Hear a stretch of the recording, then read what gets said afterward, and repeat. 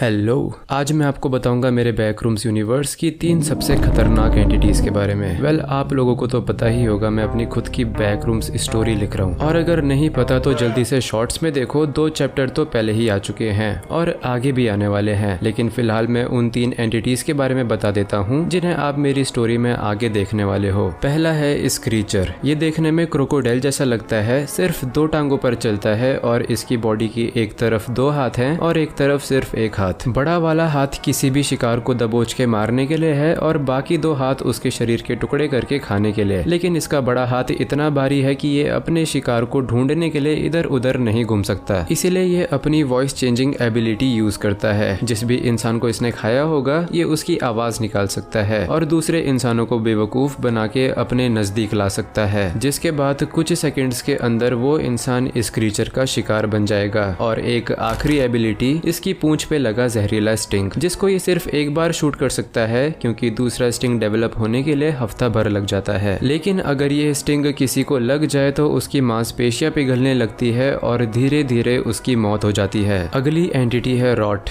और ये देखने में किसी ऑस्ट्रिच जैसा लगता है, बस डिफरेंस इतना है कि ये पूरी तरह इंसानों के हाथ और 2 इंसानी पैरों से बना है। डरावनी बात यह है कि इनमें से एक भी हाथ या टांग इसकी अपनी नहीं है। ये एंटिटी इस बॉडी के बीच में छुपी रहती है और इन हाथ और टांगों को कंट्रोल करती है और कभी खुद को एक्सपोज नहीं होने देती। इसके पास एक ऐसी बेल होती है जो कभी भी गायब होके वापस आ सकती है, और इस बेल की आवाज से कोई भी इंसान हेलुसिनेशन में फंस जाता है और इस एंटिटी को अपना सबसे खास इंसान समझने लगता है। और जैसे ही इंसान नजदीक आता है वैसे ही रॉट अपने ऊपर के हाथ को तोड़ के उसकी हड्डी एक्सपोज कर देता है और उस हड्डी से अपने शिकार के दिल को छेद देता है, जिसके बाद अपने शिकार की डेड बॉडी में से वो हाथ और पैर उखाड़कर अपने ऊपर लगा लेता है और चल पड़ता है अपना अगला शिकार ढूंढने। तीसरी एंटिटी है स्पाइडर। देखने में एक मेंढक जैसी, जो कि अपने मुंह से एसिड थूक सकते हैं। आप 1-2 स्पाइडर से तो आसानी से बच जाओगे, लेकिन दिक्कत ये है कि ये हमेशा झुंड में पाए जाते हैं। शुरुआत में ये मेंढक जैसे ही रहते हैं, लेकिन अगर ये शिकार करने के लिए सीरियस हो गए तो ये अपनी बॉडी के पिछले हिस्से को फाड़ के एक स्पाइडर बन जाते हैं, जो कि रफ्तार में ज्यादा तेज और बहुत ही जहरीले होते हैं। इसलिए अगर एक भी स्पाइडर नजर आए तो उससे दूर भागने में ही भलाई है। वेल, ये थी कुछ एंटिटीज की जानकारी, और अब मैं रियलाइज कर रहा हूँ कि आपको मैंने अपनी बैकरूम्स की कहानी का सिनॉप्सिस तो बताया ही नहीं। तो अगर आप मेरी बैकरूम सीरीज का सिनॉप्सिस जानना चाहते हो तो मुझे कमेंट सेक्शन में बताओ, मैं उसके लिए एक अलग वीडियो बना दूंगा। तब तक मैं चला बैकरूम सीरीज का चैप्टर 3 बनाने।